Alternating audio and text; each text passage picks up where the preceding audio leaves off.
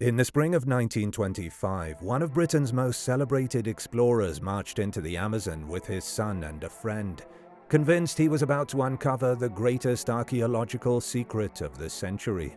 Armed with a compass, a Bible, and an 18th century manuscript, Percy Fawcett believed he could find a ruined city hidden deep in the Brazilian jungle, a city he simply called Zed. Weeks later, the expedition vanished. No bodies, no distress signal, just silence. In the decades that followed, their disappearance became one of the most enduring mysteries in exploration history, spawning search parties, conspiracy theories, and deadly copycat missions. Over 100 people are thought to have died trying to find what Fawcett couldn't. Or perhaps what he did. What really happened to Colonel Fawcett and the two young men who followed him into oblivion? Were they killed, lost, or did they find something so extraordinary they never came back? Welcome to Bad Things. Join us as we examine one of history's strangest disappearances and try to uncover what most likely happened.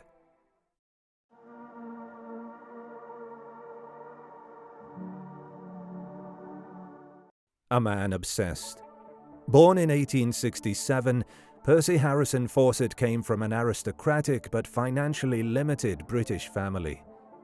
After graduating from the Royal Military Academy at Woolwich, he served in the Royal Artillery and later conducted covert mapping and intelligence missions for the British government, using his surveying work as cover. He was sent to far-flung corners of the empire, Ceylon, Morocco, North Africa, but it was South America that would claim him. In 1906, the Royal Geographical Society sent Fawcett to map the disputed border between Bolivia and Brazil. What should have taken 2 years, he completed in months, navigating rivers, dodging slave raiders, and fighting through venomous terrain. His physical resilience was almost superhuman. He seemed, as one observer put it, immune to tropical disease. Over time, he gained a reputation as one of the most tenacious and precise explorers of his generation. Between 1906 and 1924, Fawcett led 7 expeditions into South America. Some ended in triumph, others in retreat. On one, the Scottish polar explorer James Murray nearly died, and rumours falsely accused Fawcett of abandoning him. But none of these setbacks deterred him. With each return, his obsession with the Amazon grew. By 1914, Fawcett was convinced there was something else in the jungle. He believed the forest concealed remnants of a lost civilization, perhaps one as advanced as the Incas. He named it simply Zed. The search for Zed. The idea wasn't new. Tales of hidden cities had haunted European imaginations since the 1500s, when conquistadors wandered the jungle in search of El Dorado. But most modern scholars dismissed the myths. The jungle, they argued, was too inhospitable for large-scale urban life. Fawcett disagreed. In 1911, when Hiram Bingham revealed the ruins of Machu Picchu, it validated the idea that massive cities could remain hidden in the region for centuries. Fawcett began collecting stories and scraps, reports from conquistadors, indigenous legends, and historical documents, all pointing, he believed, towards Zed. One document in particular obsessed him, Manuscript 512, an 18th century Portuguese report describing a ruined stone city deep in the Brazilian interior. It spoke of paved roads, towers, and a grand plaza. Fawcett dismissed suggestions that it was a hoax and treated it as a key clue. After serving in World War I, Fawcett made an initial post-war attempt to find Zed in 1920. That trip failed. In 1925, he decided to try again, this time with a smaller, tighter crew. The 1925 expedition. Fawcett planned meticulously. He believed that smaller groups could move faster, live off the land, and avoid antagonizing tribes. For this attempt, he chose only 2 companions, his 21-year-old son, Jack Fawcett, and Jack's best friend, Raleigh Rimmel, also in his early 20s. Both young men were enthusiastic, if untested, in extreme conditions. Fawcett seemed unbothered. In a letter to his wife, Nina Fawcett, he wrote that Jack was as keen as I am to reach Zed. They packed light, weapons, navigation tools, a few gifts for local tribes, and Fawcett's prized copy of manuscript 512. On April 20th, 1925, the expedition left Cuiabá, the last outpost of civilization in central Brazil. From there they moved into the Xingu River Basin, an area that even today remains largely roadless and difficult to access. They were accompanied by 2 local guides who would travel with them only part of the way. Fawcett sent several dispatches during the early weeks. These letters revealed that the team was already facing difficulties. Swamps, insects, steep ridges, and the heat pushed them to the edge. At one point, Raleigh Rimmel developed a severe infection from a tick bite, slowing the group's pace. But Fawcett remained upbeat. In his final dispatch, dated May 29, 1925, sent from a place he named Dead Horse Camp, he wrote to Nina, "You need have no fear of any failure." He also said they were entering territory so far untrodden by civilized man. That letter was the last verified contact anyone had with them. From Dead Horse Camp, the 2 guides turned back. Fawcett, Jack, and Raleigh pressed forward into the uncharted wilds beyond the river Xingu. And then, silence. The silence begins. By early 1926, when no word came, Fawcett's wife grew alarmed. Over the next few years, rumors proliferated. Some claimed the expedition was delayed. Others suggested they had gone native. But slowly, the world began to accept that Fawcett's expedition had likely ended in tragedy. Beginning in 1927, a series of search missions attempted to trace the group's path. The first serious attempt came from Commander George M. Dyatt, a British-American explorer who entered the Xingu region with the goal of retracing Fawcett's route. Dyatt nearly died himself, at one point sending out a radio transmission saying he feared imminent attack. But he made it back and reported that the Kalapalo people, an indigenous group living along the upper Xingu, had seen Fawcett's group pass through. The Kalapalo claimed they saw the trio's campfires for 5 nights, and then nothing. The white men, they said, were killed by bad Indians. This was the first direct testimony indicating Fawcett had made it at least beyond the Kuluene River. In 1933, another Brazilian expedition led by Colonel Aniceto Botelho discovered a broken theodolite, a surveying instrument with Fawcett's initials near a tribal area in Mato Grosso. It suggested that Fawcett had either traded it or it had been taken after his death. Again, no conclusive answer. Over the following decades, dozens of individuals ventured into the jungle to find traces of the expedition. Some made it out, many didn't. The count of deaths tied to Fawcett searches now exceeds 100. Then came what some thought was a breakthrough, a confession and controversy. In 1951, Brazilian explorer Orlando Villas-Boas, known for his deep connections with indigenous groups, announced he had finally solved the case. He said that Chief Serrari, an elder of the Kalapalo people, had confessed to killing Fawcett's group decades earlier. The story? Fawcett had offended the tribe by hoarding food and striking a curious child. In retaliation, the Kalapalo ambushed them near a lagoon, buried Fawcett, and threw the young men's bodies into the water.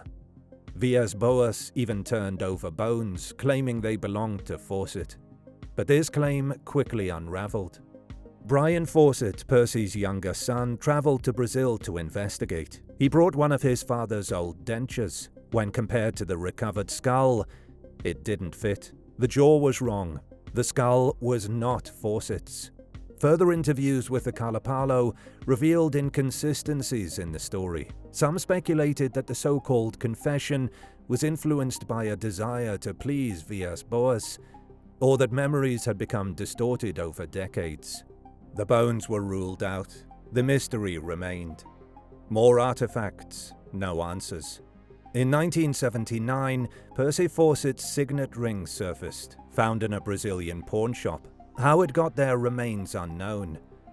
Some suggested it had been taken by bandits. Others said it might have been traded after Fawcett's death.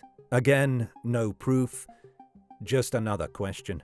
Searches continued into the 1980s and 90s, even into the early 2000s. Some teams made contact with tribes thought to be in the region where Fawcett vanished, but none yielded conclusive results. And so, despite nearly a century of effort, the Fawcett expedition remains one of the most confounding disappearances in exploration history.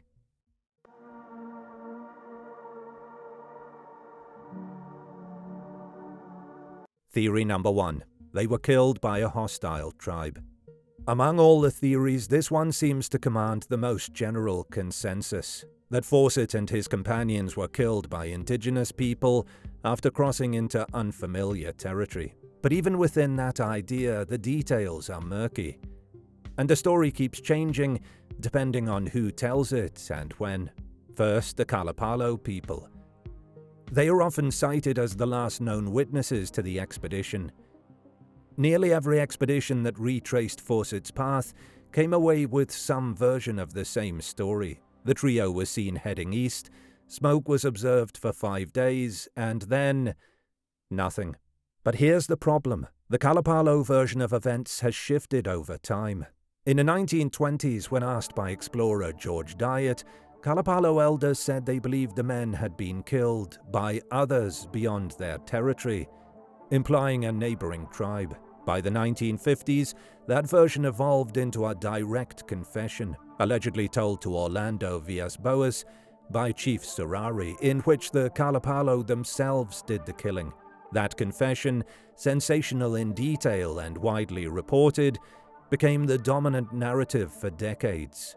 Yet when Brian Fawcett visited and spoke to the same group, the story was completely different. The child-striking incident was gone. The food-sharing conflict was vague. Some Kalapalo even denied any killing at all. One elder shrugged, "We never saw them again. That's all we know." So which version is real?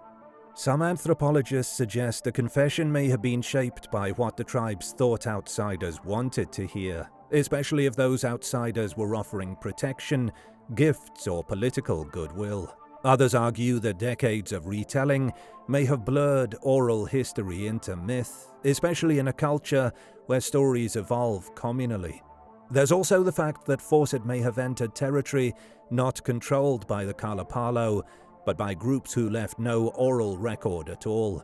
If the trio were killed by the Suya or a breakaway band of Shavante, then the Kalapalo stories are just educated guesses, not eyewitness testimony. Even among scholars, opinions diverge. Some accept the 1951 confession at face value. Others call it a ritualized story, a narrative shaped by memory, politics, and the pressure of being the last known link to a famous mystery. And then there's the question of motive. Was it a violent ambush, or a defensive act triggered by something the expedition did? If it was the Kalapalo, did they kill the men for breaking sacred norms, or simply to avoid attention from other tribes? Did they fear the trio would bring retaliation or disease? None of these questions have been definitively answered. So while the idea that Fawcett was killed by indigenous people remains the simplest explanation, it's also deeply unstable. It holds together until you start pulling at the threads. Theory number 2. They died of natural causes or accidental death. The Amazon is one of the most hostile environments on Earth. A team of 3 men, lightly supplied and traveling through disease-ridden, uncharted territory, faced extreme risk even without human hostility. Fawcett may have been unusually resilient, but Jack Fawcett and Raleigh Rimmel were young and inexperienced. Both had little jungle survival training. The dangers were everywhere. An infected tick bite had already weakened Rimmel early in the journey. They could have succumbed to malaria, dysentery, or a parasitic disease. Rivers posed a constant hazard, swollen with rain, filled with snakes and piranhas. A slip on a riverbank or a bad fall could have rendered them helpless. Fawcett himself noted how difficult the terrain was, even for him. As one later investigator put it, they weren't killed, they vanished. slowly, painfully, one at a time, until the jungle had them all. There's also the possibility that their supplies ran out. Though Fawcett believed they could live off the land, conditions in the Xingu Basin vary wildly. A shortage of game, combined with injury or disease, could have led to starvation. They may have died individually, one collapsing from fever, another lost to the forest, the third fatally wounded, trying to carry on alone. But no bodies were ever found. And in the Amazon, that's not unusual. The jungle can erase all evidence within weeks. Bones sink, cloth rots, metal is traded or left to rust. If this theory is true, their final days were lonely, terrifying, and unrecorded. Theory number 3. Fawcett found something and chose not to return. The most romantic and controversial theory is that Percy Fawcett never intended to come back. This idea rests on several threads: Fawcett's spiritual beliefs, his isolationist mindset, and his obsession with the city of Zed. Over the years, Fawcett had grown increasingly mystical. He was drawn to theosophy, believed in ancient advanced civilizations, and openly speculated that Zed might be connected to Atlantis or even extraterrestrial forces. He once hinted that he thought he was chosen to reveal hidden truths to humanity.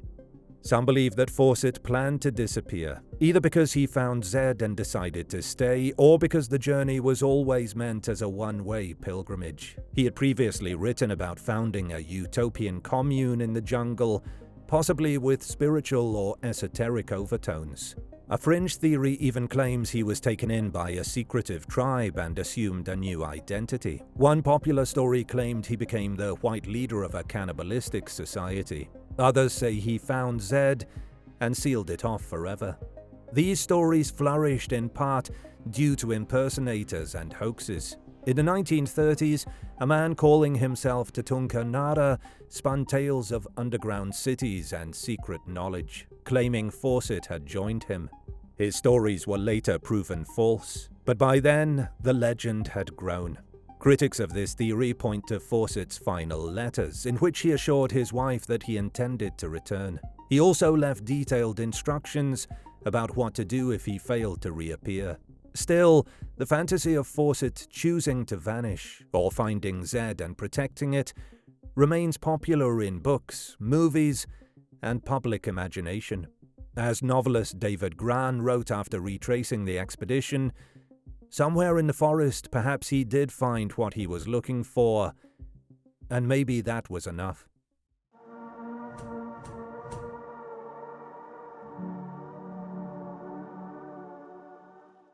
After examining the known evidence, the most plausible explanation is that Percy Fawcett, his son Jack, and Raleigh Rimmel were killed by an indigenous group shortly after leaving the Kalapalo village. Not as a random act of hostility, but as a consequence of a cultural misunderstanding in a region where Fawcett had vastly overestimated his rapport and underestimated the stakes. Let's break it down. Not just what happened, but why. Means and opportunity, a vulnerable trio deep in the wrong territory. Fawcett's decision to travel with only 2 companions was based on a romantic ideal, that small groups could move lightly, live off the land, and avoid appearing as a threat. But this ideal ignored a critical fact. A small group is also highly vulnerable, especially if they become injured, disoriented, or cross into hostile territory. Evidence suggests they passed through Kalapalo lands peacefully. The Kalapalo told multiple expeditions that they had hosted the group, warned them not to continue east, and watched their smoke for 5 nights before it vanished. This is where geography becomes key. Beyond the Kalapalo, the region transitions into territory historically inhabited by the Suya and other Xingu Basin tribes who had more volatile relationships with outsiders. The trio would have likely crossed the Kulueni River, moving into a corridor where no tribal alliances offered protection. They were now in a zone with no margin for error and no backup. The strongest version of the murder theory isn't about aggression, it's about cultural friction. The verbatim confession from Chief Serrari that Fawcett hoarded food and struck a child has often been dismissed as unreliable, but some elements make anthropological sense. In many indigenous cultures of the region, especially those like the Kalapalo, sharing food is not optional. It's sacred custom. Refusing to share, particularly when guests are on your land, is interpreted not just as rude, but as dangerous. A group withholding food can be seen as invoking bad spiritual energy, as inviting harm to the host village. The claim that Fawcett struck a child seems out of character, but it may reflect a misunderstanding, perhaps a sudden defensive move interpreted as violence. Or it never happened, but the narrative served to justify an act already taken. More importantly, these violations would have taken place after leaving the Kalapalo, deeper in unknown territory. If Fawcett and his men misunderstood a local ritual or entered a forbidden area or showed signs of distrust, even accidentally, they may have been viewed as a spiritual or physical threat. And in isolated communities with histories of exploitation, fear often dictates action.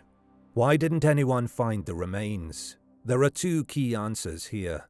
First, the jungle erases fast. Rain, humidity, insects, predators, and plant life destroy everything.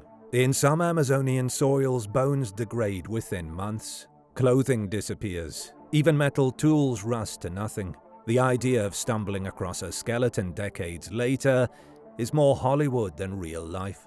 Second, the disposal itself may have been deliberate. If the Kalapalo or a neighboring tribe viewed the killing as justified but spiritually dangerous, the remains may have been disposed of ritually, burned, dismembered, or submerged in water, especially in locations considered cleansing, like lagoons. That could explain the consistent reference to Green Lagoon in the Vias Boas testimony, whether literal or symbolic. This would also explain why only scattered objects, a compass, a ring, nameplates were ever found. Items likely taken, traded, or kept as trophies, detached from any clear context. Why it wasn't bandits, nature, or Fawcett going off-grid. Let's briefly eliminate the alternatives.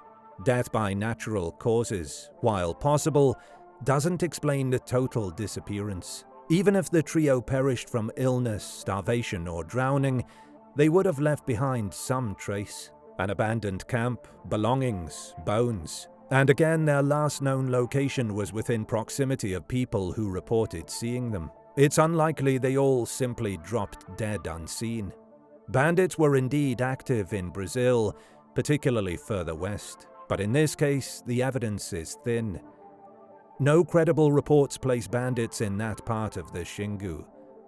Most of the tribal groups would have immediately noticed a bandit group, and no one ever reported seeing one. The jungle simply isn't a place where armed outlaws operate unseen for long. As for Fawcett choosing not to return, his final letters don't support it. He wrote to Nina Fawcett with promises of success, instructions for follow-up, and logistical plans. If he meant to disappear into a utopia, he went to lengths to deceive his own family. That theory also leans heavily on the idea that Zed existed as a literal secret society, which no credible archaeologist now supports. In the end, what most likely doomed Fawcett was his belief that he was the exception. He had survived so many close calls, won so much admiration, and cultivated a near-mythical self-image. But belief and endurance are no substitute for diplomacy in unfamiliar worlds. Fawcett saw himself as invincible and believed his mission was righteous enough to shield him. It wasn't. Percy Fawcett likely died just days, maybe a week, after his final letter. As one modern tribal elder reportedly told a journalist decades later, "The bones of Fawcett are not meant to be found. That's the only way his story lives."